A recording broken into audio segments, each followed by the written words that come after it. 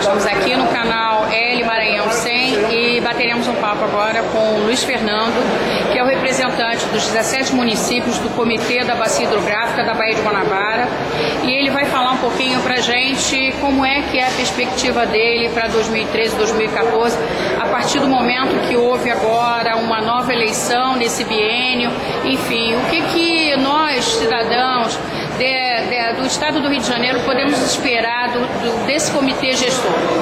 Boa tarde, tudo bom, Luiz Fernando? E aí, qual é a sua perspectiva? Você é otimista? Você acha que é importante a continuidade da participação da sociedade civil? Como é que é essa relação institucional? Você, nesse papel, representando os 17 municípios, como é que estão essas condições? Fala pra gente um pouquinho. Então, esse formato de gestão, né, compartilhada, com uma participação ampliada na sociedade, é algo que o Brasil vem experimentando nos últimos anos, né? Eu tive a experiência mais ou menos ali em 94, 95, com o programa de poluição na Baía de Guanabara.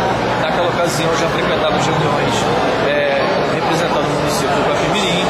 Depois nós fundamos o G15, que era o grupo dos 15 municípios do entorno da Baía de Guanabara. Esse processo depois foi ampliado, outros municípios participaram.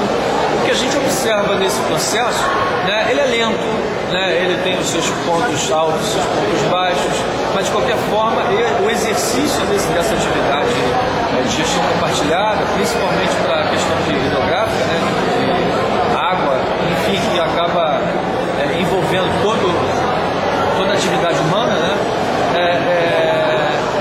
ele, de alguma forma, ele ajuda a consolidar o que a gente no Brasil chama de democracia representativa, né, para uma transição de uma democracia participativa.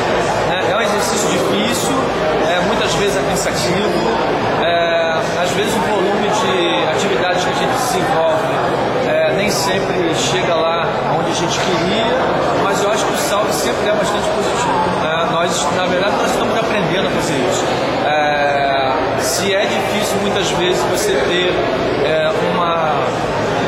um acordo, digamos, um consenso entre, às vezes, só o governo e uma única empresa de um outro nível, né, que dirá quando você abre essa participação, esse compartilhamento, e aí cada um puxa para um lado, né, mas o exercício em si tem sido bastante positivo. E eu acho que a gente só consegue avançar na prática, no sentido de amanhã ou depois conseguirmos aqui ter na nossa região rios despoluídos ou com condições pelo menos melhores do que nós temos hoje, né? Nossos rios se encontram em situações bastante de grande degradação, né?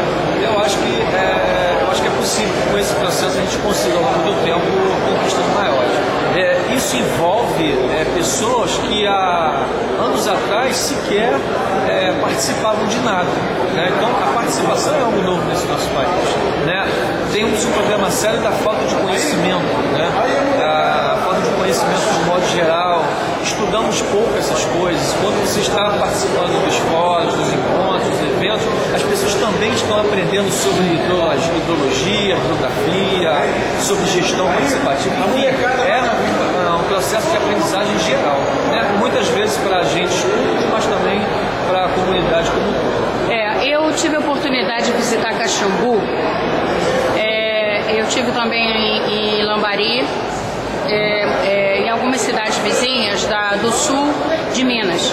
E eu sinceramente, eu senti um pouquinho de inveja como carioca, sabe? Porque os rios do sul de Minas, eles são limpos, eles são claros. E o que mais me surpreendeu foi eu ter visto a presença de peixes. E aí, né, poxa, eu não quero ser pessimista, mas eu quero ser otimista. Mas você sabe por que lá é limpo e aqui não é? Não. Então, se você estudar um pouco o turismo de mercado no Brasil, aquela região foi a grande região hoteleira do país. Quando o turismo começou aqui, já bem embrionário. Aquela região já foi muito forte turisticamente. E naquele momento, houve inteligência, onde o turismo com a conservação foi priorizado, né? Então, o que a gente chama de hoje de ecoturismo, turismo ecológico, já era praticado lá atrás, né? Infelizmente aquela região hoje perdeu um pouco da sua força econômica para isso, mas da São Lourenço, eu conheço aquela região, realmente dá inveja, mas quem sabe, eu sonho que pelo menos os municípios que estão ainda pouco protegidos, como o meu lá, ainda permaneçam um pouco protegidos, porque o que está acontecendo hoje é que Guapimirim está caminhando para virar o rio da Baixada, né? O processo de ocupação é muito acelerado e nós precisamos de políticas estratégicas que não é só o nosso município que vai fazer. O Comperd foi uma explosão na região. O nosso município hoje cresce como uma taxa de 8% ao ano. Né? Estamos em escala geométrica, já chegamos a 50 mil para chegar a 100 mil pacientes. E há poucos dias nós éramos uma comunidade provinciana. Né? Então, quer dizer, se não desenvolvermos estratégias regionais, a única coisa que vai acontecer é que lá também vai acabar acontecendo com o que aconteceu com a Baixada dos Anos, que a gente não quer é que isso ocorra. Com certeza. Muito obrigada, Luiz Fernando. Prazer. Tudo de bom. Obrigada.